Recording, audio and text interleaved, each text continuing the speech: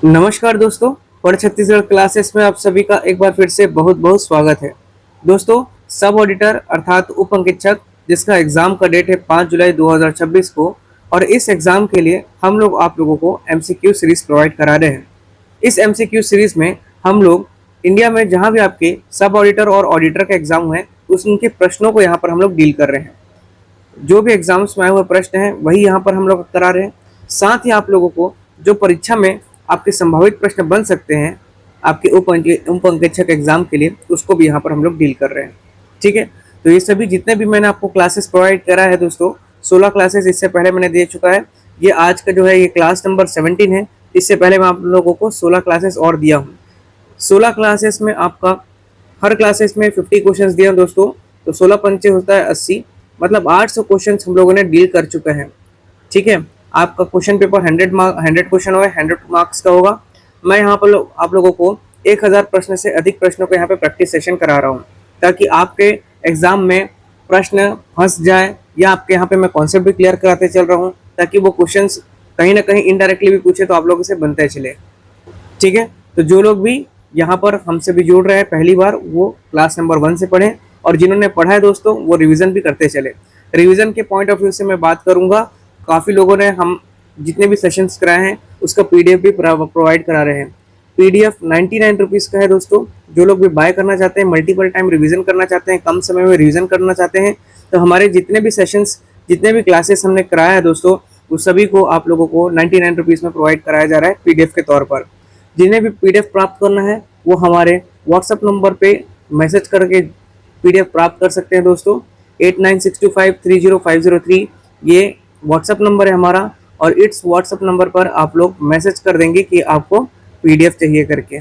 ठीक है, तो उनको पीडीएफ के लिए आपका क्यूआर कोड दे दिया जाएगा, आप पेमेंट करेंगे और उसके बाद आपको यहाँ पर पीडीएफ प्रोवाइड कर दिया जाएगा। 99 रुपीज़ ओनली फीस है दोस्तों। ध्यान रखेंगे, इस पीडीएफ के साथ आप लोगों को वन लाइनर भी प्रोवाइड कराया जाएगा, जो एग्जाम के आपके ठीक एक सप्ताह पहले दिया जाएगा। इस पर काम चल रहा है दोस्तों, तो ये वन लाइनर जो है आप लोगों को एग्जाम के 1 वीक पहले दे दिया जाएगा इन पीडीएफ्स के साथ।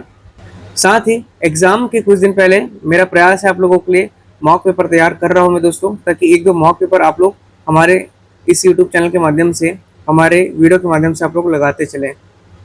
क्योंकि देखिए यहाँ पे 1000 से अधिक प्रश्न मैं आप लोगों को दे ही रहा हूँ, ये भी एक प्रकार का आपका प्रैक्टिस ही चल रहा है। पीडीएफ के तौर पे आप लोग मल्टीपल टाइम रिवीजन कर सकते हैं। साइड पे आंसर मैं यहाँ पे मेंशन करता हूँ, जैसे इसका आंसर बी है मान लीजिए, तो यहाँ पर तो आप लोग क्या है उसे हाइड करके खुद प्रैक्टिस कर सकते हैं।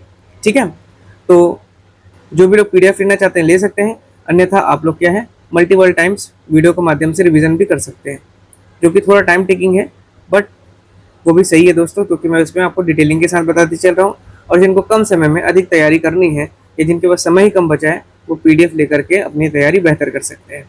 चलिए, तो आज के सेशन को फिर से शुरुआत करते हैं। इकोनॉमिक्स का ये आपका लास्ट सेशन रहेगा दोस्तों, है ना, क्योंकि इसमें हम लोग महत्वपूर्ण प्रश्न कर रहे हैं। ठीक है, पूरा आपका क्या यहाँ पर सिलेबस के अनुसार है।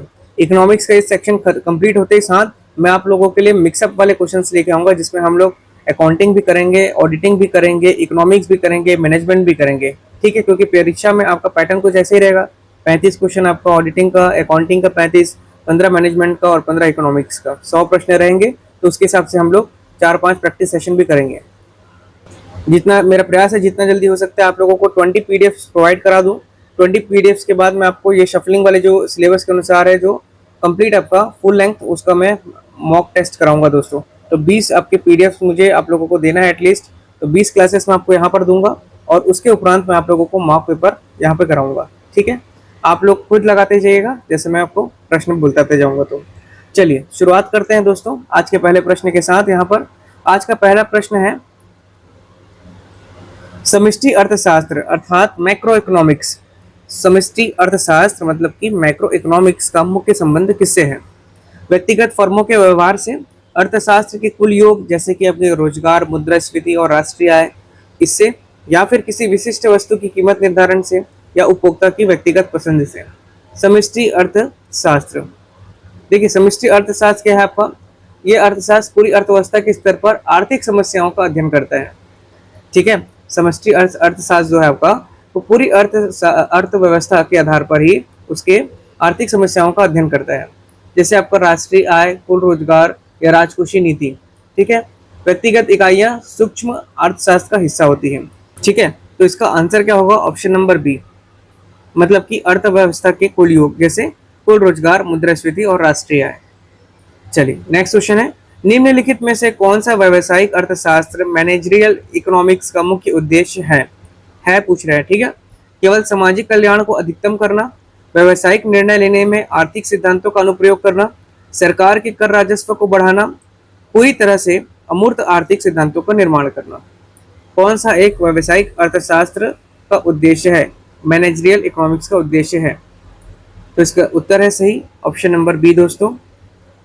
देखिए, व्यावसायिक आपका अर्थशास्त्र, जिसको अपन मैनेजरियल इकोनॉमिक्स भी कहते हैं, ऐसी अर्थशास्त्र है ना, जो आर्थिक सिद्धांतों और व्यवहारिक व्यावसायिक निर्णयों के बीच की जो कड़ी है, उसको बोलते हैं आपका मैनेजरियल इकोनॉमिक्स।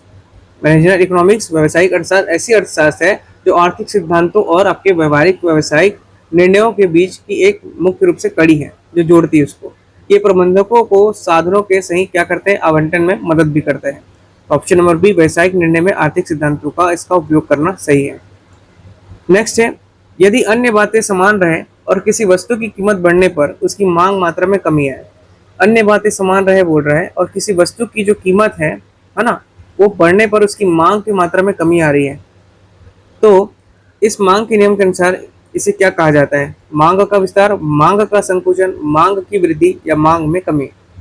यदि कीमत बढ़ रहा है और मांग क्या हो रहा है, मांग मात्रा में कमी हो रही है ना, डिमांडिंग कम हो रहा है क्वांटिटी में उसके, तो ये क्या है? एक्सपेंशन ऑफ डिमांड है, कॉन्ट्रैक्शन ऑफ डिमांड है, इंक्रीज इन डिमांड है, डिक्रीज इन डिमांड है। सही उत्तर है दोस्तों कॉन्ट्रैक्शन ऑफ डिमांड। मांग का क्या है? संकुचन हो रहा है, ऑप्शन नंबर बी। ठीक है, जब कीमत में बदलाव मतलब वृद्धि के कारण मांग कम हो जाती है, तो उसे मांग का क्या कहा जाता है? संकुचन, जिसे कॉन्ट्रैक्शन बोलते हैं, कॉन्ट्रैक्शन ऑफ डिमांड कहा जाता है दोस्तों। ठीक है, और यदि कीमत के अलावा किसी जब अन्य कारक जैसे कि आय से मांग बदलती है, तो उसे मांग में कमी या वृद्धि भी कहते हैं। ठीक है, चलिए नेक्स्ट है, गिफिन वस्तुएं के मामले में मांग वक्र का ढाल स्लोप कैसा होता है? गिफिंग वस्तुएं जो होते हैं, गिफिन गुड्स, वो मैं आपको बता चुका हूँ। ऐसी वस्तु जिसका मांग भी बढ़ता है और उसका प्राइस भी बढ़ जाता है, और जो आपका ज़्यादा मूल्यवर्धक वाली चीज़ें नहीं होती है, पहले भी कराया हूँ मैं। यहाँ पर है कि उसका वक्र का ढाल मतलब स्लोप कैसे होता है दोस्तों? ऋणात्मक, धनात्मक, क्षैतिज, लंबवत। सही उत्तर है इसका धनात्मक, पॉजिटिव, अपवर्ड, ऊपर ही जाएगा ना दोस्तों। देखिए, गिफिन वस्तु में मांग का नियम का अपवाद मैं बताया हूँ। अगर आपका प्राइस हाइक होगा, बढ़ेगा, तो मांग उसका क्या होगा? कम होगा। लेकिन गिफिन वस्तु में मांग के नियम का अपवाद है ना, आपका प्राइस भी बढ़ रहा है और मांग भी उसकी बढ़ रही है, तो इनमें कीमत बढ़ने पर मांग भी बढ़ती है, बता चुका हूँ, है ना। इसलिए इनका मांग वक्र नीचे से क्या होगा? आपका हमेशा ऊपर की ओर जाएगा। जब इनका जो आपका स्लोप है, ये हो गया, मान लीजिए आपका इधर प्राइस हो गया दोस्तों, और इधर हो गया आपका डिमांड हो गया, तो ये हमेशा ऐसे बढ़ते हो जाएगा, और बढ़ रहा ऊपर जा रहा है, मतलब ये क्या हो रहा है दोस्तों? पॉजिटिव। पॉजिटिव मतलब हो गया आपका धनात्मक। ठीक है, अपवर्ड स्लोपिंग की ओर जा रही है। तो गिफिन वस्तुएं अब आपसे कभी गलत नहीं होगा, उम्मीद करता हूँ। नेक्स्ट है, हास मान सीमांत उपयोगिता नियम, law of diminishing marginal utility के अनुसार जैसे जैसे किसी वस्तु की उत्तरोत्तर इकाइयों का उपभोग बढ़ाया जाता है। Law of diminishing marginal unit क्या बोल रहा है? हासमान सीमांत उपयोगिता नियम के अनुसार जैसे जैसे किसी वस्तु की उत्तरोत्तर इकाइयों का उपयोग बढ़ाया जाता है, वैसा क्या होगा? कुल उपयोगिता घटने लगेगी, सीमांत उपयोगिता बढ़ती जाती है, प्रत्येक अगली इकाई से मिलने वाली अतिरिक्त उपयोगिता घटती जाती है, या सीमांत उपयोगिता स्थिर रहती है। तो इसका सही उत्तर है दोस्तों ऑप्शन नंबर आपका सी, प्रत्येक अगली इकाई से मिलने वाली जो अतिरिक्त उपयोगिता है वो घटती जाती है। ठीक, ये नियम क्या बताता है?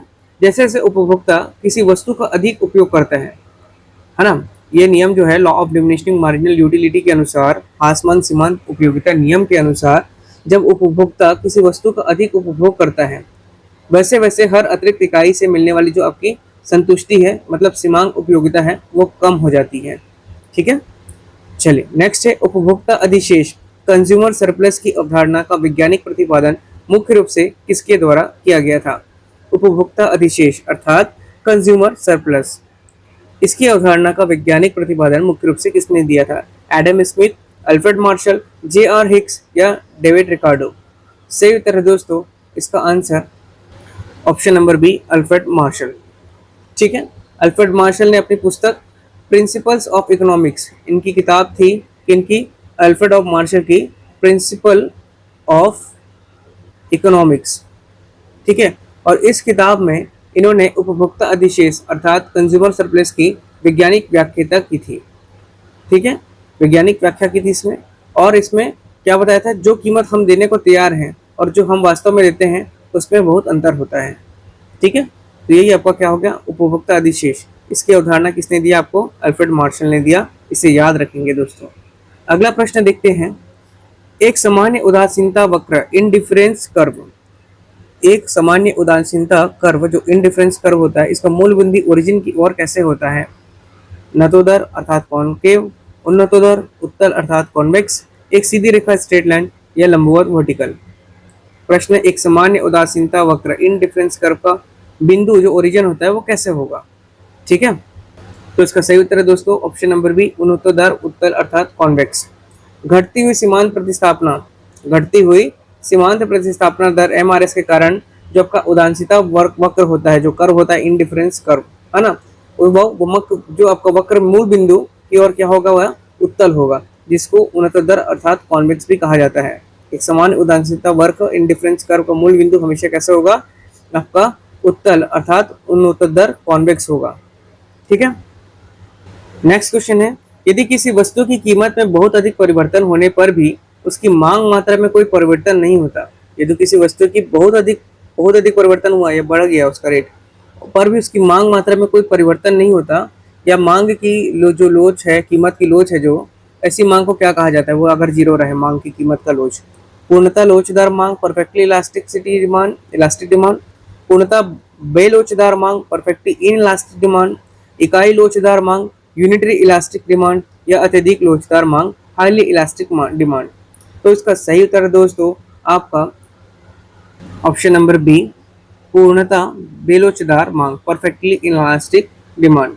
ठीक है, जब कीमत का मांग पर कोई प्रभाव नहीं पड़ता, ध्यान रखेंगे इस बात का, जब कीमत की मांग पर कोई प्रभाव नहीं पड़ता है ना, जब उसका जो प्राइस है वो आपके डिमांड पर कोई प्रभाव नहीं डालता, तो मांग पूरी तरह से क्या होगा, आपका बेलोचदार होगा, इनइलास्टिक होगा, और इसका वक्र वाई अक्ष के समांतर एक सीधी रेखा होगा। ठीक है, कैसे बनेगा, वाई रेखा मतलब समझते हैं, ये हो गया आपका एक्स एक्सिस, ये हो गया वाई एक्सिस, तो ये क्या होगा, हमेशा इस पर होगा, समानांतर होगा। ठीक है, क्या चीज समांतर होगा, इसका आपका वक्र जो है, इसका कर्व है वो वाई अक्ष के समांतर पैरेलल होगा, और एक सीधी रेखा होगा, सीधी रेखा बन रहा है दोस्तों, ये ध्यान रखेंगे इस चीज को। चलिए नेक्स्ट क्वेश्चन देखते हैं हम लोग यहाँ पर, पूर्ण प्रतियोगिता अर्थात परफेक्ट कंपटीशन बाजार की सबसे प्रमुख विशेषता क्या होती है। परफेक्ट कंपटीशन आप सभी जानते हैं, केवल एक विक्रेता का होना, विभेदीकृत उत्पाद डिफरेंशिएटेड प्रोडक्ट्स, या समरूप उत्पाद होमोजीनियस प्रोडक्ट्स और क्रेताओं विक्रेताओं की अत्यधिक संख्या, या फिर बाजार में फर्मों के प्रवेश पर कड़ा कानूनी प्रतिबंध।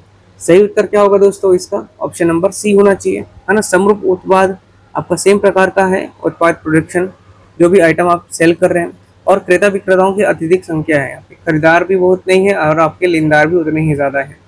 ठीक, पूर्ण प्रतियोगिता बाजार में सभी फर्में बिल्कुल एक जैसे समरूप माल बेचती है ना, और बाजार में एक से अधिक बहुत अधिक खरीदार और उसमें विक्रेता होते हैं, जिससे कोई भी आपके अकेले मूल्य को प्रभावित नहीं कर सकता। Option number C is the right answer. Next है, किस बाजार संरचना के अंतर्गत, किस बाजार के, है ना, कौन से बाजार के अंतर्गत मूल्य विभेदीकरण, प्राइस डिस्क्रिमिनेशन संभव और लाभदायक हो पाता है। पूर्ण प्रतियोगिता, प्राइस डिस्क्रिमिनेशन अंतर समझ रहे हैं, मूल्य विभेदीकरण संभव और लाभदायक हो पाता है। परफेक्ट कंपटीशन, एकाधिकार मोनोपोली, या फिर एकाधिकारात्मक प्रतियोगिता, या फिर अल्पाधिकार ओलिगोपोली। सही उत्तर है दोस्तों ऑप्शन नंबर बी, मोनोपोली जब होगा तो। ठीक है, एकाधिकार होगा, एकाधिकार जो होता है मोनोपोली, इसमें बाजार पर केवल एक फर्म का नियंत्रण होता है, एक ही फर्म का नियंत्रण होगा बाजार पर, है ना, और इसलिए वह अलग अलग उपभोक्ताओं से एक ही वस्तु की अलग अलग कीमत वसूल सकते हैं, जिसे मूल्य विभेदीकरण कहते हैं। ठीक है, ऑप्शन नंबर बी सही होगा दोस्तों। नेक्स्ट है अल्पाधिकार ओलिगोपोली बाजार की वह स्थिति है जहां, अल्पाधिकार ओलिगोपोली बाजार की वह स्थिति है जहां केवल एक बड़ा विक्रेता होता है, कुछ ही बड़े विक्रेता होते हैं जो निर्णय लेने में परस्पर निर्भर होते हैं। अंत छोटे विक्रेता होते हैं जो मूल्य का निर्धारण करते हैं। कोई भी फर्म कभी भी बाजार नहीं छोड़ सकती। Oligopoly, oligopoly option number B, कुछ ही बड़े विक्रेता होते हैं इसमें जो निर्णय लेने में परस्पर निर्भर करते हैं। ओलिगोपोली दोस्तों, देखिए मैं सभी चीज़ों को यहाँ पे डिस्क्राइब भी करते चल रहा हूँ, एक्सप्लेन भी करते चल रहा हूँ दोस्तों, लेकिन बहुत अधिक अभी घुसना सही नहीं है। समझना ज़्यादा ज़रूरी है और रटना भी उससे भी ज़्यादा ज़रूरी है। एग्जाम पास आ रहा है, हड़बड़ाना नहीं है। हम लोग 1000 से अधिक प्रश्न को यहाँ पे डील करते हुए चल रहे हैं, ठीक है। तो यहाँ पर जितने बार आप रिवीजन करेंगे उतने आपकी पॉलिश होते जाएगी, उतना आपका फिनिशिंग अच्छा बढ़ते जाएगा, उतना आपका एक्यूरेसी अच्छा बढ़ते जाएगा एग्जाम में, ठीक है। प्रयास करें कि जो आप लोग पीडीएफ प्राप्त किए हैं उसका प्रिंट ले लें, और प्रिंट लेने के बाद उसको लास्ट के 1-2 दिन पहले ज़रूर से पढ़ लें दोस्तों। और उसको पढ़ें ऐसे कि आप प्रैक्टिस कर रहे, जैसे 50 प्रश्न के 2 सेट ले लिए, 100 प्रश्न, और 100 क्वेश्चन को आप टाइम लगा करके सॉल्व करिए दोस्तों। एक घंटे में सॉल्व करने का, 1.5 घंटे में सॉल्व करने का, है ना। तो इस 20 पीडीएफ को सॉल्व आप लोग आराम से कर लेंगे 2 दिन 3 दिन में। और जिसमें आपको डाउट लगता है, जिसमें आप गलत होते हैं, उसको आप अंडरलाइन करके हाईलाइटेड करके पढ़ सकते हैं। एग्जाम के पहले कर लीजिएगा, 3-4 दिन पहले या 4-5 दिन पहले भी करेंगे तो और अच्छी बात है। मल्टीपल टाइम रिवीजन ही आपको यहाँ पे सक्सेस दिलवाएगा, ठीक है। तो जो लोग प्रिंट किए हैं, पीडीएफ बाय किए हैं और प्रिंट किए हैं, या फिर पीडीएफ बाय करके रखे हुए हैं दोस्तों, वो लोग प्रिंट कर लें। तो प्रिंट करने से आप लोग उसको क्या है ना, पन्ना पलटाएंगे ना तो सरसर कर पे जल्दी होते जाएगा, ठीक है। ध्यान रखेंगे, revision is the key to success. तो ओलिगोपोली क्या है, केवल कुछ ही बड़े विक्रेता होते हैं जो निर्णय लेने में परस्पर निर्भर होते रहे, ठीक है। ओलिगोपोली, देखिए अल्पाधिकार जो होता है ओलिगोपोली, इसमें आपके गिने चुने बड़े ही विक्रेता होते हैं। जैसे आपको मान लीजिए जियो हो गया, एयरटेल हो गया, रिलायंस हो गया, और उनमें एक निर्णय दूसरे को सीधा प्रभावित करता है। जो एक निर्णय लेंगे वो परस्पर निर्भर होता है दूसरे पर भी, ठीक है। तो ध्यान रखेंगे इस चीज़ को। कुछ ही बड़े विक्रेता होते हैं, जैसे आपने बता दिया जियो, रिलायंस, एयरटेल, अडानी, ये सभी हो गए, और इनमें सिर्फ एक का निर्णय दूसरे को सीधा डायरेक्ट क्या करेगा, इम्पैक्ट करेगा, प्रभावित करेगा। नेक्स्ट है, सरकार द्वारा किसी आवश्यक वस्तु की उपभोक्ता के हित में अधिकतम कानूनी कीमत निर्धारित करना क्या कहलाता है। प्रश्न को जरूर से आप लोग 2 बार पढ़िएगा जब भी आप एग्जाम दें, कि प्रश्न पूछ क्या रहा है, लास्ट में है या नहीं है, इस चीज़ को भी मेंशन करना है, कहलाता है या नहीं है, इस चीज़ को आपको मतलब ध्यान से पेपर सॉल्व करना है। पढ़ करके 2 बार पढ़ेंगे और सटीक उत्तर देंगे, वो ज़्यादा सही है। सरकार द्वारा किसी आवश्यक वस्तु की उपभोक्ताओं के हित में अधिकतम कानूनी कीमत निर्धारित करना क्या कहलाता है। Price floor, price ceiling, MSP या इक्विलिब्रियम प्राइस, मूल्य तल, मूल्य सीमा जिसे उच्चतम निर्धारित कीमत भी कहते हैं, या न्यूनतम समर्थन मूल्य, एमएसपी मिनिमम सपोर्ट प्राइस, या इक्विलिब्रियम प्राइस जो संतुलित मूल्य या बराबर मूल्य होता है। किसकी आवश्यक वस्तु की उपभोक्ता के हित में अधिकतम कानूनी कीमत निर्धारित करना क्या कहलाता है। तो इसका सही उत्तर है दोस्तों ऑप्शन नंबर बी, मूल्य सीमा, उच्चतम निर्धारित कीमत, प्राइस सेलिंग जिसको कहते हैं दोस्तों। सरकार जब गरीबों के हित में किसी चीज़ों को अधिकतम, है ना, जब सरकार होती है ना, वो आपके गरीबों के हित में किसी चीज़ की अधिकतम कीमत तय कर देती है, ताकि उससे ज़्यादा कि में कोई भी सामान नहीं बेचेगा। मान लीजिए आपका टाटा सॉल्ट हो गया, अब वो 20 रुपये सेट था, 28 हो गया, वो बात अलग है, 28-30 रुपये हो चुका है।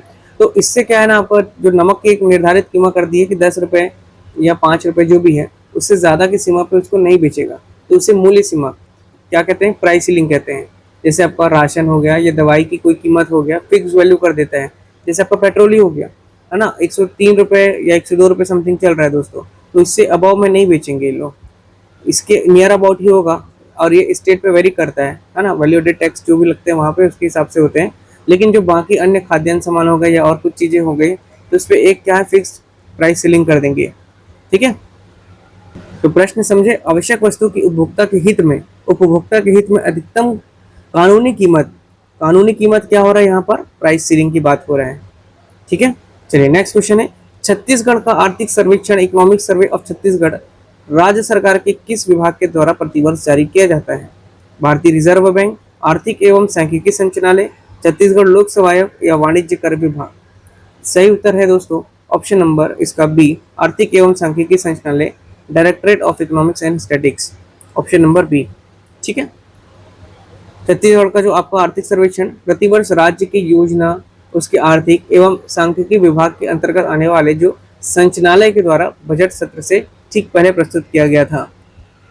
आप लोग कमेंट में बताइएगा दोस्तों अगर आप लोग छत्तीसगढ़ पढ़ते हैं तो, हालांकि मैं इसका आंसर आप लोगों को दे दूंगा नेक्स्ट वीडियो में, कि इस बार का जो बजट था, बजट ये तो ओपी चौधरी जी के द्वारा पेश किया गया था, और इस बजट को जब पेश किया गया था तो कौन सा वाक्यों का प्रयोग किया गया था, मतलब जो आपका ध्येय वाक्य था या थीम थीम बोलते हैं वो क्या था दोस्तों। ठीक है, आपका बजट, छत्तीसगढ़ का बजट के समय। नेक्स्ट प्रश्न है, भारत में मौद्रिक नीति, मॉनेटरी पॉलिसी। अच्छा, एक बात और, छत्तीसगढ़ की बात आई तो यहाँ पर दोस्तों, यदि जिसे छत्तीसगढ़ भी पढ़ना होगा तो वो भी हमसे जुड़ करके अपना छत्तीसगढ़ का तैयारी और बेहतर कर सकते हैं। आप लोग अभी ये एग्ज़ाम दे लीजिए, इसके बाद जो अन्य जो एग्ज़ाम्स है उसकी तैयारी करेंगे यदि, तो आप लोग Chhattisgarh GS, maths, reasoning, Hindi, English सभी का यहाँ पर आप लोग तैयारी निःशुल्क कर सकते हैं।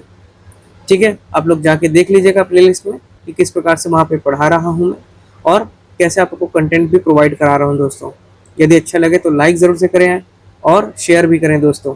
ठीक है, ताकि जो लोग आपको पढ़ नहीं पाते हैं समय निकाल करके, जैसे जिनके पास जो आपका काम में जाते होंगे दोस्तों, है ना, काफ़ी लोग यहाँ पे इस एज पे हैं कि लोग कमा भी रहे हैं और पढ़ भी रहे हैं, तो लोग बैठ करके यूट्यूब के माध्यम से पढ़ लें। दूसरा चीज़ ये भी है कि जो लोग, काफ़ी लोग यहाँ पे क्या होता है, महंगे कोचिंग अफोर्ड नहीं कर पाते हैं, तो वो लोग भी हमसे जुड़ करके यहाँ पे तैयारी कर सकते हैं निःशुल्क। ठीक है, चलिए नेक्स्ट क्वेश्चन देखते हैं। भारत में मौद्रिक नीति अर्थात मॉनेटरी पॉलिसी का निर्धारण और शाख अर्थात क्रेडिट का नियंत्रण किसके द्वारा किया जाएगा। मॉनेटरी पॉलिसी बिल्कुल आरबीआई के द्वारा किया जाएगा दोस्तों, नो डाउट, आप सभी को पता होना चाहिए। मॉनेटरी जो पॉलिसी है और शाख जो क्रेडिट है इसका नियंत्रण आरबीआई करता है। ठीक है, भारतीय रिजर्व बैंक देश का क्या है, आपका सेंट्रलाइज बैंक है, केंद्रीय बैंक है, जो देश की मुद्रा की जो आपकी आपूर्ति है और जो ब्याज की दरें हैं, मौद्रिक नीति है, उसको नियंत्रित करती हैं। ठीक है, चलिए अगला प्रश्न है दोस्तों, राष्ट्रीय कृषि और ग्रामीण विकास बैंक नाबार्ड का मुख्य कार्य निम्नलिखित में से क्या है। वेरी इंपॉर्टेंट, राष्ट्रीय कृषि और ग्रामीण विकास bank NABARD, national agriculture bank and rural development. ठीक है, नेशनल बैंक फॉर आपका एग्रीकल्चर एंड रूरल डेवलपमेंट। कब हुआ था इसका स्थापना, 12 जुलाई 1982 को हुआ था दोस्तों।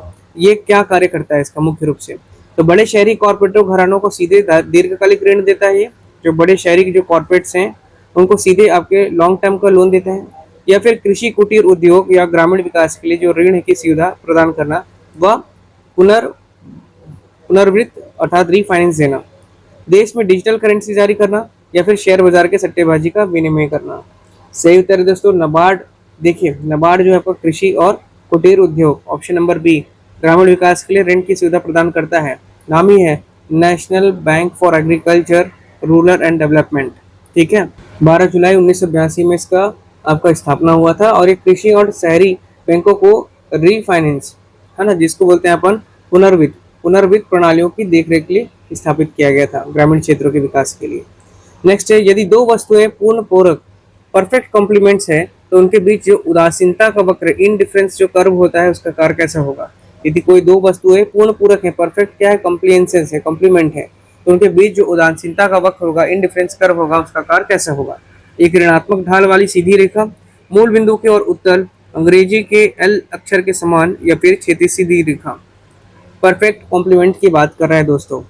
देखिए इसका सही उत्तर है ऑप्शन नंबर सी। तो पहला चीज, अंग्रेजी एल के अक्षर के आकार का होता है, याद रखेंगे। कर्व कम जो आपका पूर्ण पूरक है, दो वस्तुओं के पूर्ण पूरक परफेक्ट कॉम्प्लीमेंट्स के बीच उदासीनता का वक्र हमेशा एल शेप में होगा।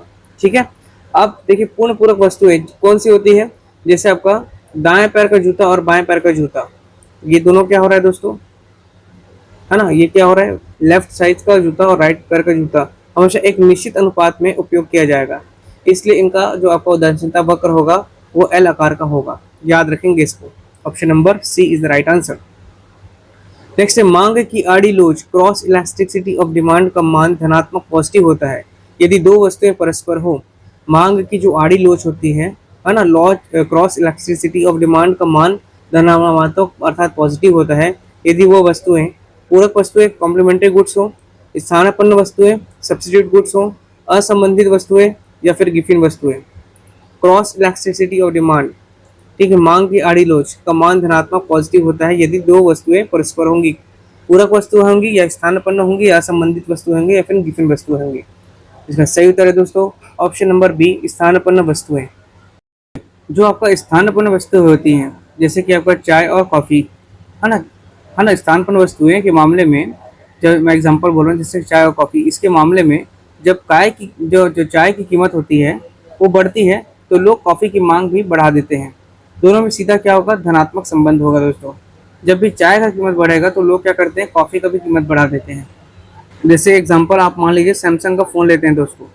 सैमसंग का फ़ोन लेंगे और तो सैमसंग अपना रेट बढ़ाएगा, या मान लीजिए आईफोन है, आईफोन ने अपना रेट बढ़ा दिया, 1 लाख प्लस कर दिया, तो सैमसंग का भी फ़ोन आप 1 लाख के प्लस आएगा दोस्तों। इस प्रकार से यहाँ पे मार्केट चलता है, ठीक है। तो ये सब चीज़ें cross of elasticity of demand की बात कर रहे हैं, स्थानापन्न वस्तुएं की बात हो रही है, हमेशा धनात्मक होती हैं यदि दो वस्तुएं क्या होंगे, सब्स्टिट्यूट गुड्स होंगे दोस्तों। सब्स्टिट्यूट मतलब या तो लोग सैमसंग लेंगे या फिर आईफोन लेंगे, दोनों का रेट बढ़ेगा ही, है ना। ऑप्शन मिल रहा है दोस्तों। चलिए नेक्स्ट क्वेश्चन है, मांग की कीमत लोच को मापने की बिंदु विधि पॉइंट मेथड का उपयोग तब किया जाता है जब मांग की कीमत लोच को मापने की, है ना, जो उसकी इलास्टिसिटी को मापने की जो पॉइंट मेथड है उपयोग तब किया जाता है जब कीमत में बहुत बड़ा परिवर्तन हो, कीमत में बहुत सूक्ष्म या अनंत सूक्ष्म परिवर्तन हो, उपभोक्ता की आय बदल जाती है या वस्तु की आपूर्ति स्थित रहती है। तो इसका सही उत्तर दोस्तों, कीमत में बहुत सूक्ष्म या अनंत व सूक्ष्म परिवर्तन होता है, ठीक है। जब कीमत में बहुत ही आंशिक या सूक्ष्म आपका बदलाव होगा तो मांग वक्र के किसी एक बिंदु पर लोच मापने के लिए ज्यामिति या फिर आपका बिंदु विधि का उपयोग किया जाता है, या तो ज्योमेट्रिकल मेथड का या फिर पॉइंट मेथड का उपयोग किया जाता है दोस्तों। तब जब आपको बहुत सूक्ष्म या एकदम ही अनंत सूक्ष्म हो, जो बहुत ही माइनर सा आपका डिफरेंस है या डिफ्लेक्शन हो उस समय, ठीक है। नेक्स्ट है, कुल उपयोगिता टोटल यूटिलिटी का तब अधिकतम होता है जब सीमांत उपयोगिता मार्जिनल यूटिलिटी होती है जीरो या फिर अधिकतम या फिर ऋणात्मक या इकाई के बराबर। कुल उपयोगिता टोटल यूटिलिटी तब अधिकतम होती है जब सीमांत उपयोगिता मार्जिनल यूटिलिटी जीरो होगी, अधिकतम होगी या ऋणात्मक होगी या इकाई के बराबर होगी। तो इसका सही उत्तर है दोस्तों, जब कीमत आपका उपभोक्ता मतलब जब उपभोक्ता को किसी वस्तु की जो अधिकतम कुल संतुष्टि होती है, टोटल यूटिलिटी होती है, उस समय उसको टोटल यूटिलिटी जब प्राप्त होगी तो अगली इकाई से मिलने वाला जो आनंद या जो उसका प्रॉफिट है, यानी जो आपका सीमांत उपयोगिता है, वो शून्य हो जाता है।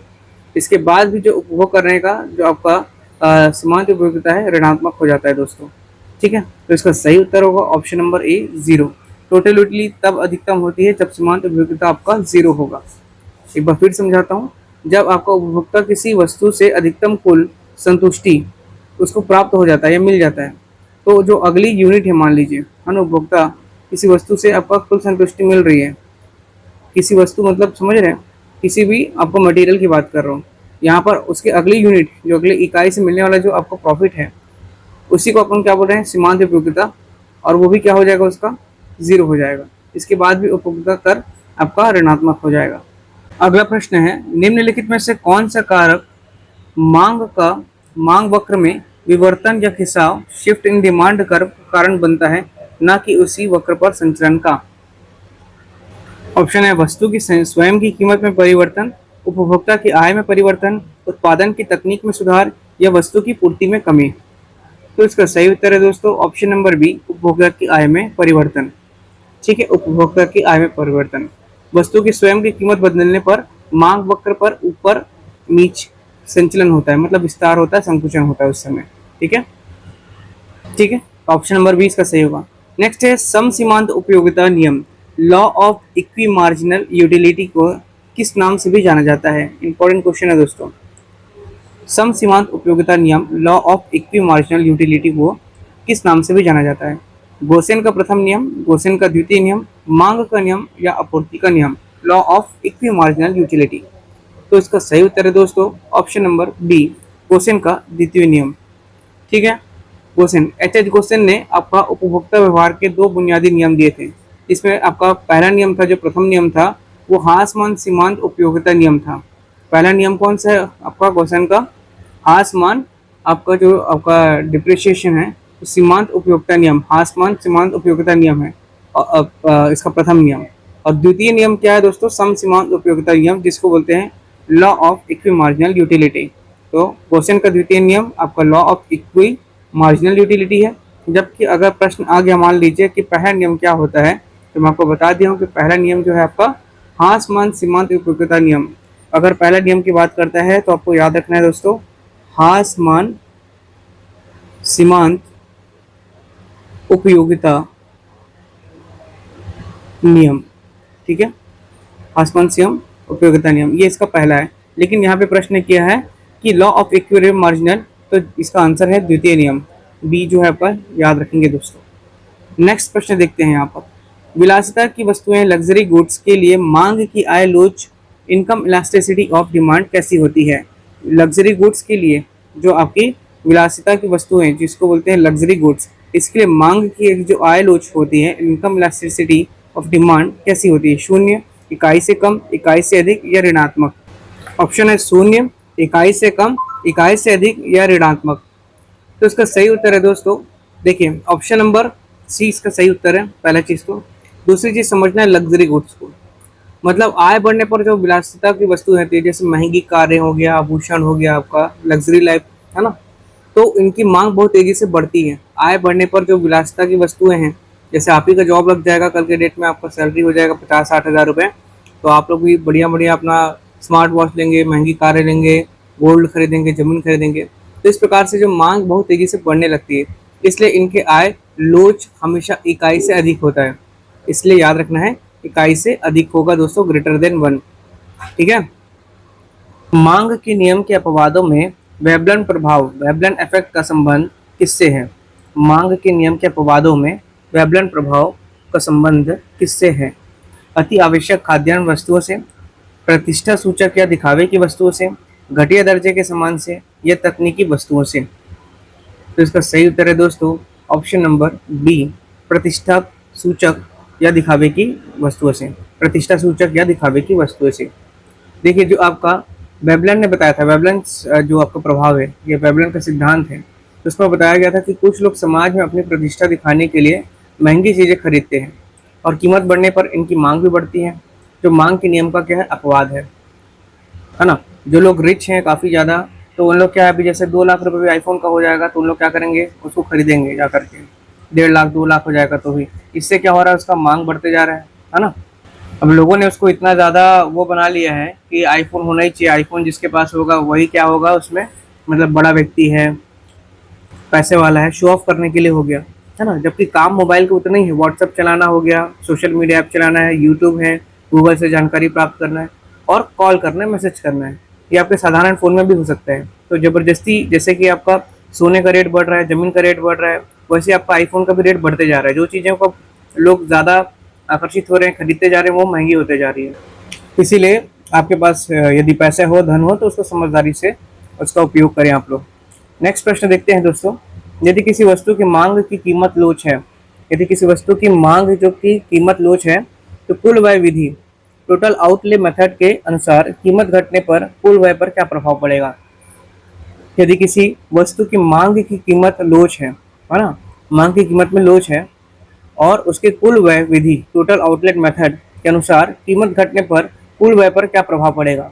कुल व्यय बढ़ जाएगा, कुल व्यय घट जाएगा, कुल व्यय अपरिवर्तित रहेगा या कुल व्यय शून्य हो जाएगा, यदि मांग की कीमत में लोच है तो।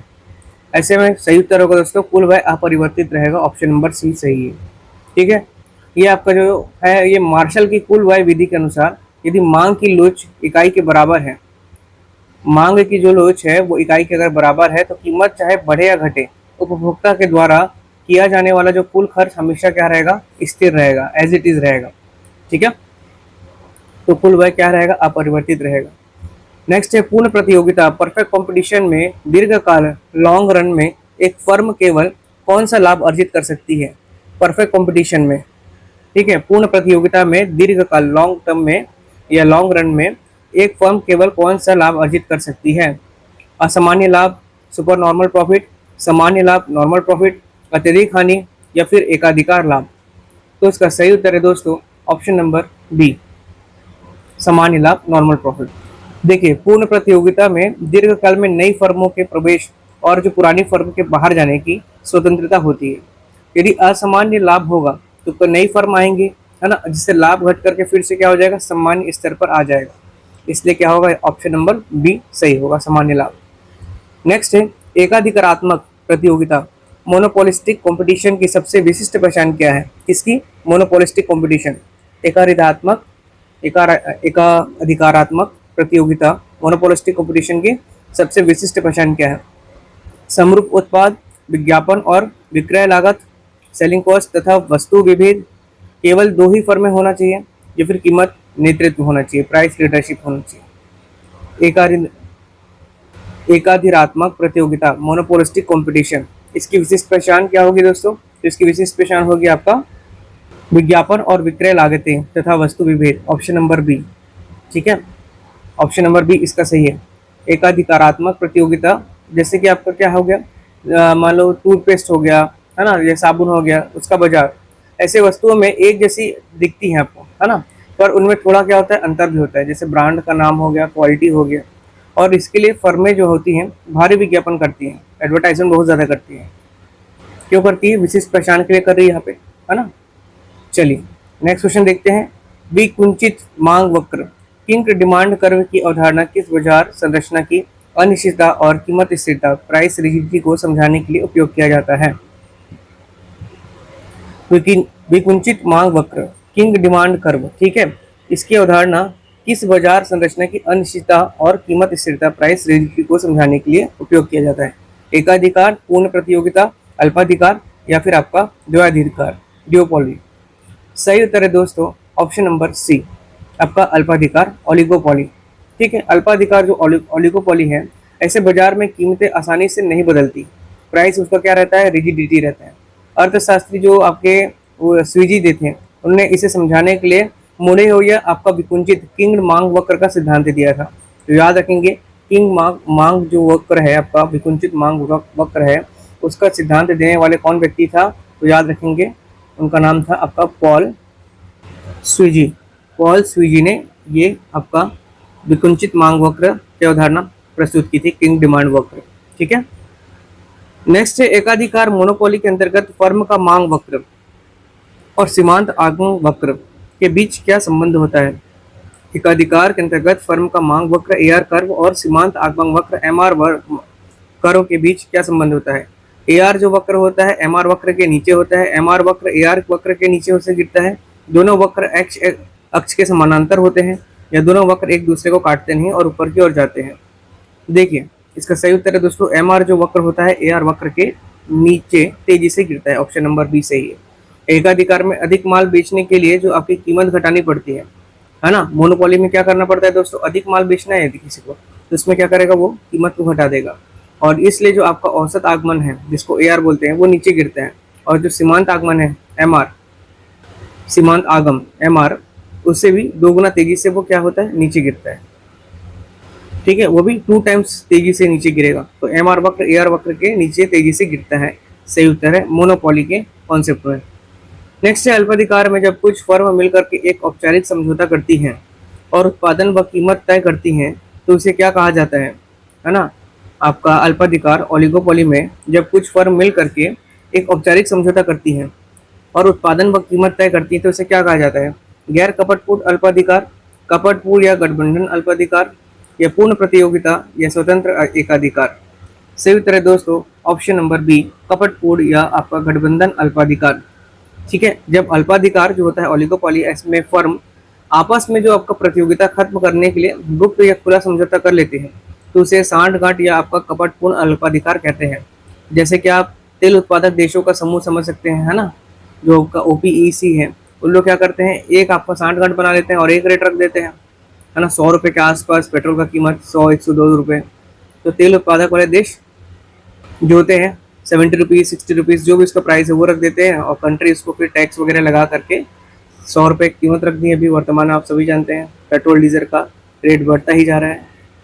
ठीक है, नेक्स्ट है पूर्ण प्रतियोगिता बाजार में फर्म को कीमत स्वीकारक प्राइस टेकर क्यों कहा जाता है? किसको? पूर्ण प्रतियोगिता बाजार में फर्म को कीमत स्वीकारक प्राइस टेकर क्यों कहा जाता है? क्योंकि फर्म बहुत बड़ी होती है, क्योंकि उद्योग द्वारा तय कीमत पर ही फर्म को माल बेचना पड़ता है, क्योंकि सरकार कीमत तय करती है, या फिर क्रेता स्वयं कीमत तय करता है। ठीक है, पूर्ण प्रतियोगिता बाजार में कीमत स्वीकारक प्राइस टेकर क्यों कहा जाता है? इसका सही उत्तर है दोस्तों ऑप्शन नंबर बी, क्योंकि उद्योग द्वारा तय कीमत पर ही फर्म को माल बेचना पड़ता है।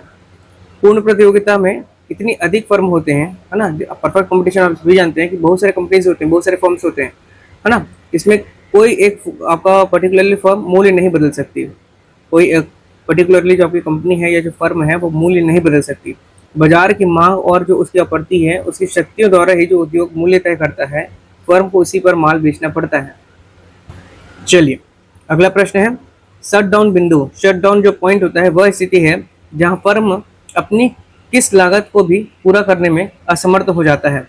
शट डाउन बिंदु, शट डाउन पॉइंट वह स्थिति जहां फर्म अपनी किस लागत को भी पूरा करने में असमर्थ हो जाता है।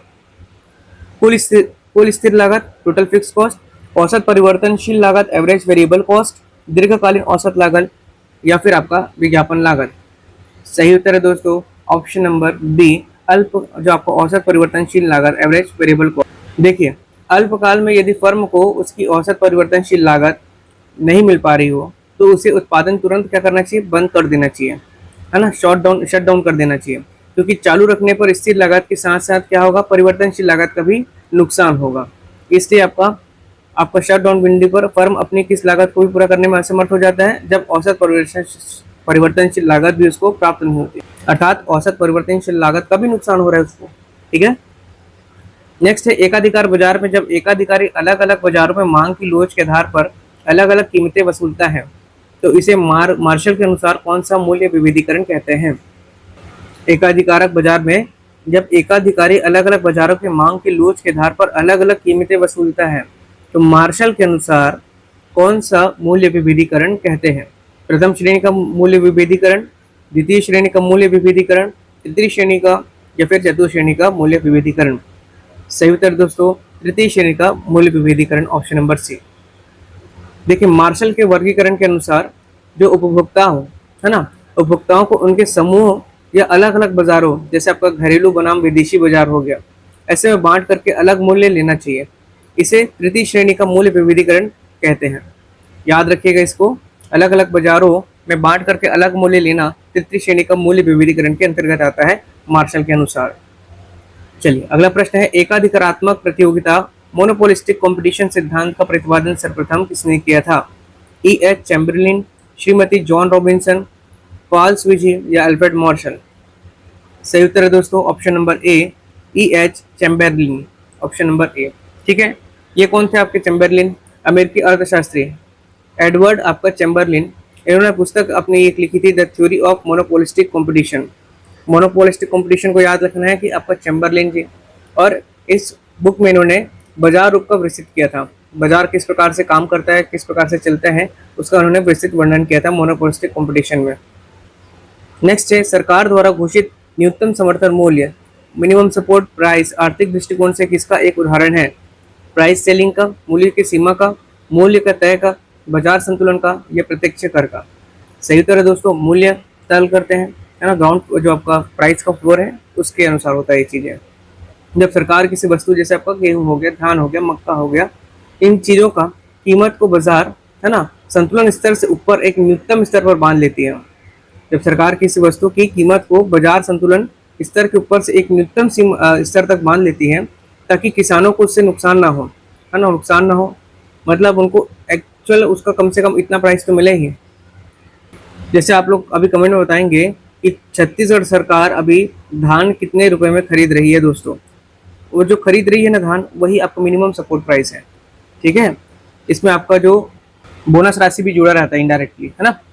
तो ये जो है आपका मिनिमम सपोर्ट प्राइस, कमेंट में बताइएगा कि धान कितने रुपए में खरीद रही है। धान और गेहूं का भी पता होगा तो आप लोग बताइएगा, अदरवाइज मैं आपको नेक्स्ट वीडियो में बताऊंगा इसको, क्योंकि छत्तीसगढ़ का भी इकोनॉमिक का सेक्शन है उसको भी अपन करेंगे, है ना।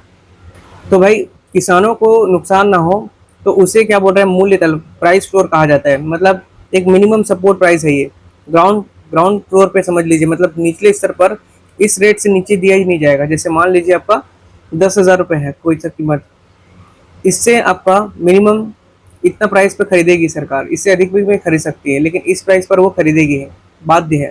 ठीक है, नेक्स्ट है, यदि छत्तीसगढ़ की अर्थव्यवस्था में कृषि क्षेत्र का योगदान। चलिए एक मिनट में आपको बता ही देता हूँ, फिर आप बोलेंगे सर सब कुछ कमेंट में पूछवाते हैं। धान जो है आपका छत्तीसगढ़ में 3100 रुपये में खरीदा जा रहा है दोस्तों, 31 रुपये प्रति आपका क्या है, कुंटल है। और जो गेहूं है, गेहूं को याद रखेंगे 26-25 रुपये प्रति कुंटल, है ना। ये दोनों प्राइस को याद रखिएगा, 31 रुपये और 2625 रुपये। ठीक है, अगला प्रश्न देख रहे थे हम लोग, यदि छत्तीसगढ़ की अर्थव्यवस्था जो है कृषि क्षेत्र का योगदान स्थिर कीमतों पर पिछले कुछ वर्षों में घट रहे हैं, छत्तीसगढ़ की अर्थव्यवस्था में कृषि क्षेत्र का योगदान पिछले कुछ वर्षों में घट रहा है और सेवा क्षेत्र बढ़ रहा है, तो ये दर्शाता क्या है? राज्य का आर्थिक पिछड़ापन, अर्थव्यवस्था का संरचनात्मक परिवर्तन और विकास, औद्योगिकी मंदी या केवल मुद्रास्फीति का प्रभाव? भाई ऑप्शन नंबर इसका क्या होना चाहिए? बी ही होना चाहिए, क्योंकि अर्थव्यवस्था का संरचनात्मक परिवर्तन हो रहा है इसमें। अर्थव्यवस्था तो बढ़ ही रही है एक प्रकार से, है ना, लेकिन कृषि का जो क्षेत्र है वो घट रहा है। आजकल सब लोग आधुनिक चीज़ों पर डिपेंड हो रहे हैं, है ना, खेती किसानी कम कर रहे हैं लोग, क्योंकि सबको क्या करना है? ज़्यादा पैसा कमाना है। इसीलिए अब क्या कर रहे हैं लोग? खेती किसानी नहीं कर रहे हैं, है ना, लोग सब शहर की ओर पलायन कर रहे हैं। लेकिन देखिएगा इन इन द एंड लास्ट में आपको यही होना है कि सभी को ना गाँव के ऊपर वापस लौटना पड़ेगा, खेती किसानी ही करना पड़ेगा। समझ रहे मेरी बात? ये एकदम यूनिवर्सल ट्रूथ है। आदमी को फिर से जंगल में जाके रहना पड़ेगा, फिर से गाँव में जाके रहना पड़ेगा, कंदमूल उगाना पड़ेगा, खाना पड़ेगा। अभी क्या है, सब टेक्नोलॉजी के चक्कर में सब लोग आगे बढ़ रहे हैं, हमको भी ये करना है, हमको भी वो करना है, सब एक दूसरे को देख करके। लेकिन जो भौतिक चीज़ें हैं ना, जो भौतिक सुख है, उस पे जा रहे हैं लोग। आपका जो मेन चीज़ है ना, उसको उस पे नहीं आपको पकड़ बना रहे हैं। मतलब लोगों को चाहिए स्मार्टफोन, आईफोन चाहिए, बड़ी लग्जरी गाड़ी चाहिए, बढ़िया घर चाहिए सिटी में, लेकिन क्या है, अपना खुशी को भूलते जा रहे हैं लोग। जो चीज़ मेन जीवन जीना चाहिए वो चीज़ नहीं जी पा रहे हैं। सब मोह के चक्कर में जा रहे हैं दोस्तों। लेकिन खुशी उसमें है जिसमें आप खुश रह सकते हैं, है ना। चलिए ये सेक्टर थोड़ा अलग हो जाएगा। बात कर रहे थे हम लोग कृषि क्षेत्र का योगदान स्थिर कीमतों पर पिछले कुछ वर्षों में घट रहा है, बिल्कुल घट रहा है। राज्य का अर्थव्यवस्था का संरचनात्मक परिवर्तन और उसमें क्या हो रहा है? विकास हो रहा है, स्ट्रक्चरल शिफ्ट हो रहा है और डेवलपमेंट भी हो रहा है दोस्तों, है ना। जैसे जैसे आपका अर्थव्यवस्था विकसित होती है, प्राथमिक क्षेत्र जो आपका कृषि का हिस्सा है वो प्रतिशत में हमेशा घटता जाता है, चाहे वो अपने छत्तीसगढ़ की बात करें या अपने कंट्री की बात करें। और जो द्वितीय क्षेत्र होते हैं जैसे उद्योग या तृतीय क्षेत्र हो गया आपका, सेवा हो गया क्षेत्र जो है, उद्योग अभी देख रहे हैं सब, अडानी हो गया, रिलायंस हो गया, ये सब चीज़ें क्या हो रहा है दोस्तों? पेड़ों का कटाई करते जा रहे हैं, है ना। अपना एनवायरनमेंट इससे खराब होते जा रहा है, पूरा इंडस्ट्री खड़ा हो जाएगा, सब चीज़ें। तो आदमी को देखना अभी इतना पॉल्यूटेड हो गया। आप सिटी में जाएंगे जैसे रायपुर, दुर्ग, भिलाई, इस अगर आप रहते होंगे तो आप जानते होंगे कितना ज़्यादा वहाँ की आबादी भी बढ़ते जा रही है, प्रदूषण भी बढ़ता ही जा रहा है।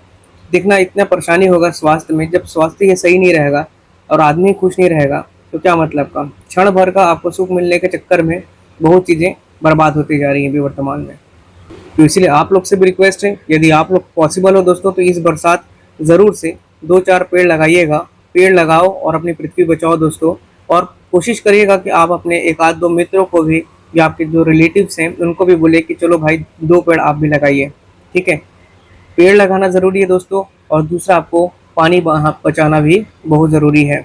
पानी का कैसे भी करके आप रिजर्व करिए दोस्तों, है ना। तालाब हो गया या आपका जो घर में जो टैप नल से पानी आ रहा है उसको दुरुपयोग ना करें, जितना लिमिट है उतना ही करें। और कोशिश करें कि आपका घर मान लो सिटी में है तो वाटर हार्वेस्टिंग होता है जिसमें आपका पानी का संरक्षण किया जाता है। ठीक है, रेन वाटर हार्वेस्टिंग जो होता है, तो ये लगवाएं ज़रूर से दोस्तों। ज़्यादा खर्चा नहीं आता है, 5-10 हज़ार रुपये का आपका खर्चा आएगा नॉर्मल बनवाएंगे तो, और अच्छा बनवाएंगे तो ज़्यादा पैसा लगेगा, लेकिन ये क्या किफ़ायती रहेगा आप लोगों के लिए हमेशा। तो आप लोग कोशिश करेगा, जो आपके हाथ में है वो तो कर लीजिए, पेड़ लगा लीजिए दोस्तों। पानी को आप कम यूज़ करें, और आपके पास थोड़ा भी पैसा है या आपके घर वाले समझदार हैं तो आप लोग रेन वाटर हार्वेस्टिंग जरूर से लगवाएं दोस्तों, जो लोग सिटी में रहते हैं। बाकी गांव में क्या है, तालाब, बहुत सारे तालाब हैं, नदी है, ठीक है, वहाँ पे आपका ज़्यादा इंडस्ट्रियल एरिया भी नहीं है, ज़्यादा सिटी भी डेवलप नहीं है, तो पानी वहाँ पे तो आपका बना रहेगा। लेकिन जितना भी आपका सिटी है उसमें क्या रोड बनते जा रहा है, घर बनते जा रहे हैं, पानी रुकेगा कहाँ? ग्राउंड वाटर जाएगा ही नहीं तो कैसे बनेगा? ठीक है, तो पेड़ जरूर से लगाएं दोस्तों। और आप एक दो मित्रों को ज़रूर से कहें कि आप भी पेड़ लगाओ इस बरसात में, ताकि उसका फल मिले आपको आने वाले 10 साल के बाद। अगर उसकी छाया में कोई खड़ा रहेगा दोस्तों तो वो पुण्य का काम ही है, समझ रहे हैं। और वो अगर फल देगा पेड़ तो और अच्छी बात है दोस्तों। पानी का आपको बना के रखेगा, आपका मिट्टी सॉइल को भी वो बना के रखेगा, है ना, रेत है उसको बना के रखेगा। अभी आप जाकर देखेंगे ऐसी बहुत सारी नदियाँ हैं, मैं बिलासपुर में देखा हूँ अरपा नदी, उसमें पानी ही नहीं रहता, इतना ज़्यादा उसका रेत का खनन कर चुका है उस ज़मीन से लोगों ने, घर बनवाना ये करने के चक्कर में, कि अब उसमें पानी रुकता ही नहीं, आता है तुरंत बह के निकल जाता है। तो रेत ये सब चीज़ें जो है आपका रहना ज़रूरी है। सॉइल में आपका जो आपका मिट्टी है उसमें फर्टिलाइजर्स होना ज़रूरी है। ठीक, चलिए सेक्टर से हट रहा हूँ दोस्तों। यहाँ पर आंसर आपको समझ में आ गया होगा, अर्थव्यवस्था का संरचनात्मक परिवर्तन और विकास। कुछ वर्षों में यहाँ पर देख रहे हैं कि सेवा क्षेत्र बढ़ रहा है और उद्योग क्षेत्र भी बहुत ज़्यादा बढ़ रहा है। नेक्स्ट है छत्तीसगढ़ के आर्थिक सर्वेक्षण के अनुसार। देखिए मेरी बात अगर आपको सत्य लगती है दोस्तों, तो आप लोग जरूर से कमेंट में लिखिएगा कि यस सर आप सही कह रहे हैं, या फिर हम पेड़ लगाएंगे, ये आप लोग लिख सकते हैं दोस्तों कमेंट में। मुझे बहुत अच्छा लगेगा, फीडबैक के तौर पे आप दे सकते हैं दोस्तों। 2 पेड़ जरूर से लगाइएगा। चलिए नेक्स्ट है छत्तीसगढ़ के आर्थिक सर्वेक्षण के अनुसार राज्य के सकल राज्य घरेलू उत्पाद जीएसडीपी में किस क्षेत्र का हिस्सा प्रतिशत योगदान आमतौर पर सबसे अधिक रहता है। छत्तीसगढ़ के आर्थिक सर्वेक्षण की बात कर रहे हैं। इसके अनुसार राज्य के सकल राज्य घरेलू उत्पाद ग्रॉस स्टेट डोमेस्टिक प्रोडक्ट में किस क्षेत्र का हिस्सा परसेंट के हिसाब से आमतौर पर सबसे अधिक रहता है। कृषि, उद्योग, सेवा या विदेशी व्यापार। सही उत्तर है दोस्तों आपका उद्योग क्षेत्र, ऑप्शन नंबर बी। ठीक है, परसेंटेज के हिसाब से बात कर रहे हैं दोस्तों। छत्तीसगढ़ क्या एक खनिज संपदा संपन्न राज्य है। आप सभी को पता है, यहाँ पे कोल है, लोहा है, बॉक्साइट है, सीमेंट है, चूना पत्थर है ना। बहुत सारे खनिज हैं, गार्नेट है, आपका ग्रेनाइट है, एलेक्जेंड्राइट है, बॉक्साइट है। अभी तो आपको यहाँ पर कोरबा में, कटघोरा में लिथियम का भंडारण भी मिला, आप सभी को पता है। तो आने वाले दिनों में वहाँ पर हो सकता है कि ईवी जो गाड़ी है ना, उसके लिए आपका क्या बने, बैटरी बनना शुरू हो जाए। तो इस प्रकार से छत्तीसगढ़ क्या खनिज संपदा राज्य है, और यहाँ कोर विनिर्माण, बिजली और खनन उद्योग की अधिकता के कारण राज्य का जो आपका जीएसडीपी में उद्योग क्षेत्र का योगदान सेवा और कृषि क्षेत्र के भी तुलना में सबसे ज्यादा है, परसेंट के हिसाब से बोल रहा हूँ। ठीक है, याद रखिएगा। बाकी इकोनॉमिक सेक्शन वाला जो कराऊंगा उसमें छत्तीसगढ़ का एक दिन आपको पूरा स्पेशल वीडियो ले आऊंगा, ताकि आपसे वहां से क्वेश्चन बन जाए दोस्तों। वो काम आएगा आपको, हर एग्जाम में ही काम आएगा छत्तीसगढ़ के। ठीक है, तो ये हो गया आपका option number B is the right answer, उद्योग क्षेत्र। नेक्स्ट है मूल्य सीमा, प्राइस सीलिंग के कारण बाजार में आमतौर पर किस प्रकार की समस्या उत्पन्न हो सकती है। प्राइस सीलिंग के कारण बाजार में आमतौर पर किस प्रकार की समस्या उत्पन्न हो सकती है। वस्तुओं का अधिशेष, सरप्लस प्रोडक्शन, कालाबाजारी, ब्लैक मार्केटिंग और कृत्रिम कमी, शॉर्टेज, कीमतों में अत्यधिक गिरना या उत्पादकों का अधिक लाभ। मूल्य सीमा जो होते हैं उसके कारण बाजार में आमतौर पर किस प्रकार की समस्या उत्पन्न होती है। वस्तुओं के अधिशेष, कालाबाजारी, कीमतों का अधिक गिरना या उत्पादकों का अधिक आपका लाभ। सही उत्तर है दोस्तों ऑप्शन नंबर बी। ठीक है, जब सरकार बाजार मूल्य में बहुत कम कानूनी अधिकतम कीमत, जो आपका जो कानूनी अधिकतम कीमत है, प्राइस सीलिंग तय कर देती है, तो मांग बहुत बढ़ जाती है दोस्तों, और उत्पादक माल छुपाने लगते हैं। जो आपका जो प्रोडक्शन करते हैं, तो लोग क्या करते हैं, माल छुपाने लग जाते हैं, जिससे बाजार में क्या हो जाता है, कमी हो जाती है और ब्लैक मार्केटिंग शुरू हो जाता है। ठीक है ना। जब सरकार भाई बाजार में जो आपका जो बहुत जो आपका कम जो कानूनी अधिकतम सीमा बोलते हैं, जिसको प्राइस सीलिंग बोलते हैं, वो फिक्स कर देती है, तय कर देती है, तो मांग क्या हो जाता है, बढ़ जाता है। और जो आपके प्रोडक्शन करने वाले जो होते हैं वो क्या कर देते हैं, माल को छुपाने लग जाते हैं, समझ रहे हैं, जिससे बाजार में कालाबाजारी शुरू हो जाता है, ब्लैक मार्केटिंग, और बाजार में उस प्रोडक्शन का, उस सामान का कमी होने लगता है। ठीक, नेक्स्ट है छत्तीसगढ़ सरकार की धान खरीदी योजना के तहत किसानों को मिलने वाला जो लाभ मुख्य रूप से किस आर्थिक नीति के अंतर्गत आता है दोस्तों। छत्तीसगढ़ सरकार की धान खरीदी योजना के तहत किसानों को मिलने वाला जो लाभ है मुख्य रूप से किस आर्थिक नीति के अंतर्गत आता है। मूल्य नियंत्रण और मूल्य समर्थन प्रणाली, पूर्णतः मुक्त बाजार नीति, मौद्रिक नियंत्रण नीति, या भी औद्योगिकरण नीति। सही उत्तर है दोस्तों ऑप्शन नंबर ए, मूल्य नियंत्रण और मूल्य समर्थन प्रणाली। मिनिमम सपोर्ट प्राइस अभी बताया था मैं आपको।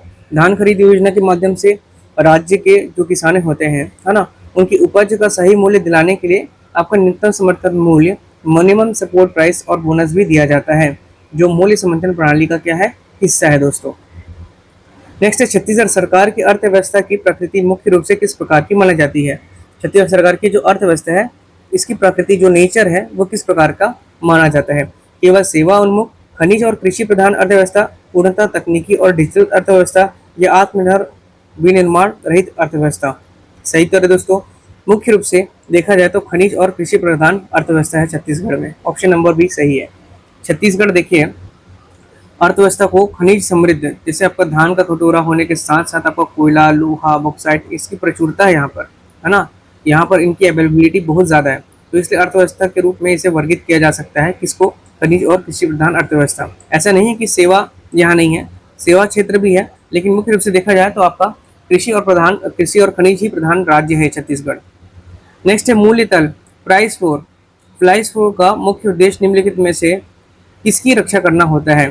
केवल अमीर शहरी उपभोक्ताओं को, उत्पादकों या उत्पादक किसानों की आय के विदेशी आयातों की या फिर आपका जमाखोरों की?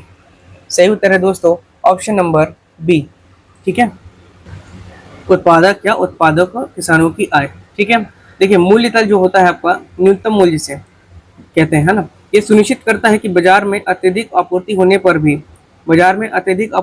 पर भी जो उत्पादकों को घाटा ना हो और उन्हें एक निश्चित न्यूनतम आय प्राप्त हो सके, यही क्या आपका प्राइस फ्लोर है।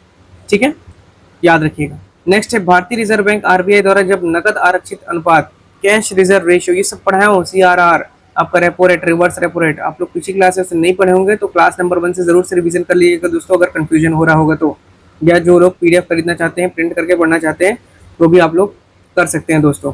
व्हाट्सअप नंबर दे दिया गया, लिंक में रहता है, और साथ साथ मैं आपको यहाँ पे बता ही रहा हूँ। क्वेश्चन है आरबीआई द्वारा जब नकद आरक्षित अनुपात कैश रिजर्व रेशियो में वृद्धि की जाती है तो वाणिज्य बैंकों की साख सृजन क्षमता, जो आपका क्रेडिट क्रिएशन कैपेसिटी होती है जो कमर्शियल बैंक की, उस पर क्या प्रभाव पड़ता है?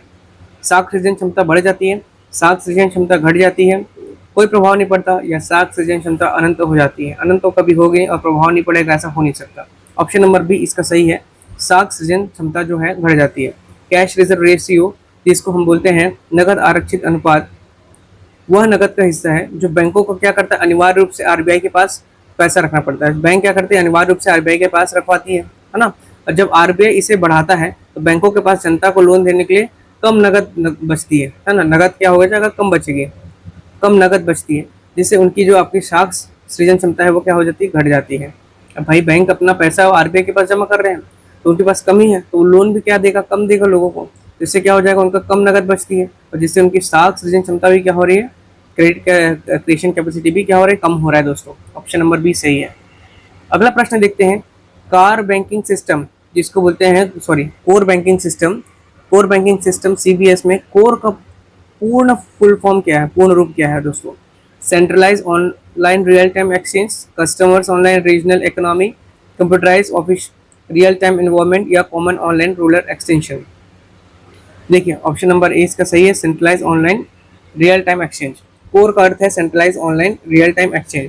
इसके जरिए जो है बैंक की जो सभी शाखाएं एक केंद्रीय सर्वर से जुड़ जाती हैं दोस्तों। जितने भी बैंक के ट्रांजेक्शन हो रहा है, जो अभी आपने कर रहे हैं, प्रोसेस हो रहा है, जैसे आपने पैसा जमा किया तुरंत आपके अकाउंट में रिफ्लेक्ट कैसे हो जाती है, इसी माध्यम से होती है, centralize online real time exchange के माध्यम से। ठीक है, इसके जरिए बैंक की सभी शाखाएं एक केंद्रीय सर्वर से जुड़ी हुई है, और जिससे ग्राहक किसी भी शाखा से अपना क्या कर सकता है, पैसा जो है या खाता जो है वो संचालित कर सकता है, पैसा निकाल सकता है, ट्रांजैक्शन कर सकता है, या आपका खाता को भी संचालित कर सकता है। किससे करेगा, सीबीएस, है ना। सीबीएस में कोर क्या है आपका, centralize online real time exchange. ठीक, वेरी इंपॉर्टेंट है दोस्तों, ये आप सभी इससे गुजर रहे होंगे लेकिन ये ध्यान में नहीं होगा चीज़ें। नेक्स्ट है, भारत में चयनित साख नियंत्रण, सिलेक्टिव क्रेडिट कंट्रोल गुणात्मक उपकरण के अंतर्गत निम्नलिखित में से कौन सा उपाय शामिल है? भारत में आपका सिलेक्टिव क्रेडिट कंट्रोल, चयनित साख नियंत्रण गुणात्मक उपकरण के अंतर्गत निम्नलिखित में से कौन सा उपाय शामिल है? बैंक दर में बदलाव, खुले बाजार की क्रियाएं, ओपन मार्केट ऑपरेशंस, या फिर ऋणों की सीमांत आवश्यकता, मार्जिन रिक्वायरमेंट्स पर परिवर्तन, या वैधानिक तरलता अनुपात एसएलआर में बदलाव? सही उत्तर है दोस्तों ऑप्शन नंबर सी। देखिए बैंक दर हो या आपका ओएमओ हो, जिसको बोलते हैं ओपन मार्केट आपका ऑपरेशंस, और आपका एसएलआर, ठीक है, इसमें आपका मात्रात्मक उपाय है ये, या क्या आपका मात्रा मतलब होता है आपका क्वांटिटी उपाय है, जो पूरी अर्थव्यवस्था को प्रभावित करती है। जबकि जो सीमांत आवश्यकता, जो मार्जिन रिक्वायरमेंट, एक गुणात्मक या चयनात्मक आपका क्या है दोस्तों, उपाय है, सिलेक्टिव उपाय है ये, या आपका क्वालिटेटिव ये उपाय है इसका, जिसके तहत किसी भी खास क्षेत्र के लोन पर नजर रखी जाती है। ऑप्शन नंबर सी इसका सही है, सिलेक्टिव क्रेडिट कंट्रोल। कौन सा होगा, ऋणों की सीमांत आवश्यकता, मार्जिन रिक्वायरमेंट में परिवर्तन, और इसके द्वारा आपका किसी भी आपका जो खास क्षेत्र है, किसी पर्टिकुलरली एरिया है, उस पर लोन पर नजर रखी जाती है। नेक्स्ट है, ग्रामीण क्षेत्रों में त्रिस्तरीय सहकारी साख संरचना, ग्रामीण क्षेत्र में त्रिस्तरीय सहकारी साख संरचना, 3 टायर कोऑपरेटिव क्रेडिट स्ट्रक्चर में सबसे निचले या जमीनी स्तर पर कौन सी संस्था कार्य करती है?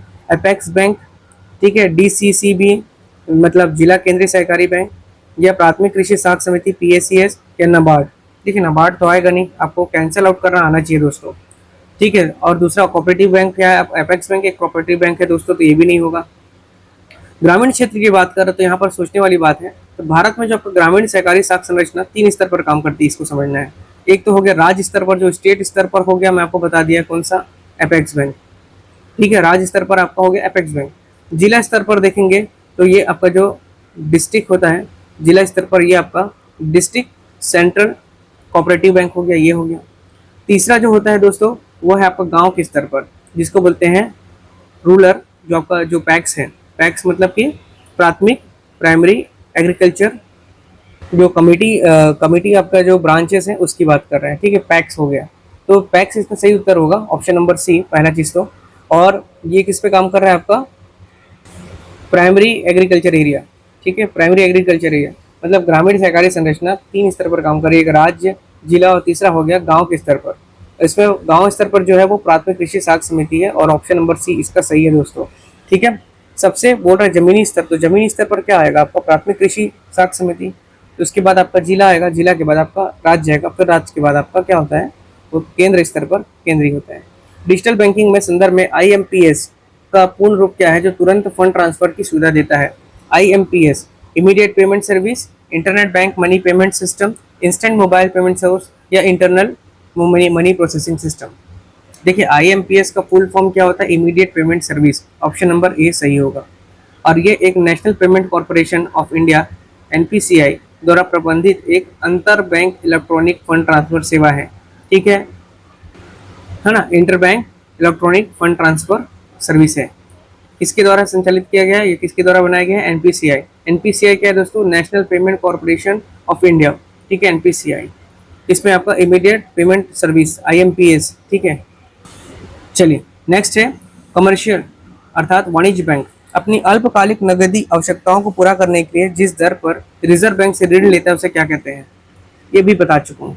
ठीक है, कमर्शियल बैंक अपनी अल्पकालीन नगदी आवश्यकताओं को पूरा करने के लिए, शॉर्ट टर्म के लिए नगदी आवश्यकताओं को पूरा करने के लिए जिस दर पर, जिस रेट पर रिजर्व बैंक से लोन लेता है, ऋण लेता है, उसे क्या कहते हैं। कमर्शियल बैंक लोन ले रही है RBI से, तो वो क्या है, रेपो रेट है, रिवर्स रेपो रेट है, वैधानिक तरलता दर है SLR, या प्राथमिक उधारी दर है।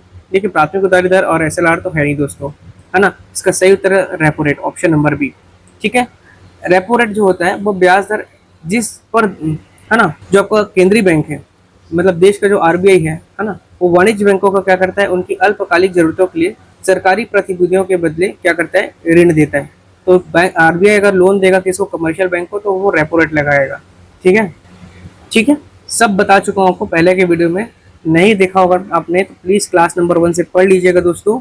1000 से अधिक प्रश्नों को हम यहाँ पे डील कर रहे हैं, जो आपके परीक्षा के पॉइंट ऑफ व्यू से बहुत ही ज्यादा इंपॉर्टेंट सेशंस हैं। ये पूरी सीरीज है, प्लेलिस्ट में जाकर के आप उप अंकेक्षक वाले सीरीज में जाकर के पूरे वीडियो को रिवाइज कर लीजिएगा अगर आपने पहले भी पढ़ लिया है तो।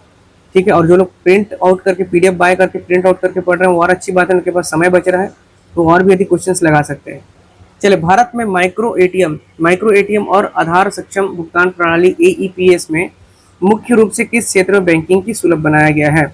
भारत में माइक्रो एटीएम और आधार सक्षम भुगतान प्रणाली AEPS ने मुख्य रूप से किस क्षेत्र में बैंकिंग का सुलभ बनाया है। केवल बड़े महानगरों के स्टॉक ब्रोकर्स के लिए, वित्तीय समावेशन फाइनेंशियल इंक्लूजन और ग्रामीण बैंकों के लिए, अंतर्राष्ट्रीय मुद्रा हस्तांतरण के लिए, या बड़े औद्योगिक घरानों के ऋण सेटलमेंट के लिए। देखिए माइक्रो आपका जो ATM है AEPS मतलब क्या होता है जानते हैं आप, इसका फुल फॉर्म अगर परीक्षा में आ गया तो ध्यान रखिएगा, जो आपका आधार इनेबल पेमेंट सिस्टम। ठीक है, याद रखिएगा, आधार इनेबल पेमेंट सिस्टम। ठीक, इसमें आपका जो है AEPS ने ग्रामीण भारत के उन सुदूर इलाकों, जो उन रिमोट एरिया में बैंकिंग आपकी सुविधा पहुंचाई है जहां पर नियमित बैंक शाखा या ATM नहीं है। ये वित्तीय समावेशन का एक बड़ा जरिया है। तो वित्तीय समावेशन का बड़ा जरिया और ग्रामीण बैंकों के लिए बनाया गया है दोस्तों, ग्रामीण क्षेत्रों के लिए बनाया गया, तो ऑप्शन नंबर 20 का सही है पहला चीज।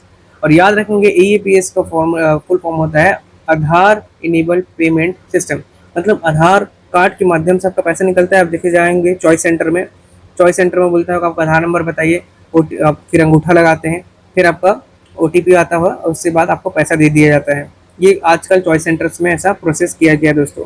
तो याद रखिएगा, माइक्रो ATM और आधार सक्षम भुगतान प्रणाली के मुख्य रूप से किस क्षेत्र में बैंकिंग को सुलभ बनाया गया। मेरा मानना है ऐसे काफी सारे अभ्यर्थी होंगे जो इस प्रोसेस से गुजरे होंगे दोस्तों। तो ये माइक्रो ATM और आधार सक्षम भुगतान प्रणाली AEPS के माध्यम से ही पॉसिबल हो पाया है। नेक्स्ट है, निम्नलिखित में से कौन सा कार्य व्यावसायिक बैंक कमर्शियल बैंक्स का मूल या प्राथमिक कार्य नहीं है। ठीक है, किसका? कमर्शियल बैंक का मूल या आपका जो मेन है या आपका प्राइमरी कार्य नहीं है, मतलब उसका कार्य ही नहीं है। जमा स्वीकार करना, एक्सेप्टिंग डिपॉजिट, ऋण देना, एडवांसिंग लोन्स, करेंसी नोट जारी करना या साख निर्माण करना। भाई करेंसी नोट जारी नहीं कर सकता कोई भी कमर्शियल बैंक। ऑप्शन नंबर इसका सही क्या है? सही है। ठीक है, करेंसी नोट नहीं जारी कर सकता। इससे पूछा है क्या नहीं कर सकता। करेंसी नोट जारी करने का एकाधिकार केवल देश के किसके पास है? केंद्रीय बैंक, भारतीय रिजर्व बैंक के पास। व्यवसायिक बैंक केवल जमा स्वीकार करते हैं, ऋण देगा और साख का निर्माण करेगा। जो भी है करेंसी जारी करता है कौन? आपका आरबीआई करता है दोस्तों। ठीक है, चलिए नेक्स्ट। आज का सेशन यहीं पर समाप्त होता है दोस्तों। 50 क्वेश्चन हमने डील कर लिया। उम्मीद करता हूँ ये सेशन आपको अच्छा लगा होगा। यदि अच्छा लगे तो प्लीज़ लाइक ज़रूर से करें दोस्तों। चैनल को सब्सक्राइब नहीं किया तो चैनल को सब्सक्राइब कर लीजिए और सब्सक्राइब करने के बाद बेल आइकन ज़रूर से दबाएं, ताकि जब भी नया वीडियो अपलोड हो तो आप लोगों को वो पहुँच जाए, आपको जानकारी मिल जाए। तीसरी बात ये, अधिक से अधिक लोगों तक शेयर करिए, ताकि हम अपने इस यूट्यूब चैनल पर आप लोगों को और अच्छे तरीके से पढ़ा सकें और अच्छे कंटेंट यहाँ पे प्रोवाइड कराएं, ताकि जो लोग महंगे कोचिंग नहीं जा पा रहे हैं या जो लोग जिनके पास समय का अभाव है, उन लोग घर बैठे ऑनलाइन यूट्यूब के माध्यम से, हमारे चैनल के माध्यम से हर चीज़ों को पढ़ सकते हैं। हमारे इस यूट्यूब चैनल पर आपको बता दिया गया दोस्तों, ना केवल अभी उप अंक शिक्षक एग्जाम, बल्कि जितने भी छत्तीसगढ़ में एग्जाम होने वाले हैं उसकी तैयारी कराई जाती है। जैसे कि आपका सब इंस्पेक्टर हो गया, शिक्षक भर्ती हो गया, उप अंक शिक्षक एग्जाम हो गया, एबीए हो गया, असिस्टेंट प्रोफेसर हो गया, सीजी सेट हो गया। ये सभी एग्जाम्स की यहाँ पे तैयारी करवाई जाएगी।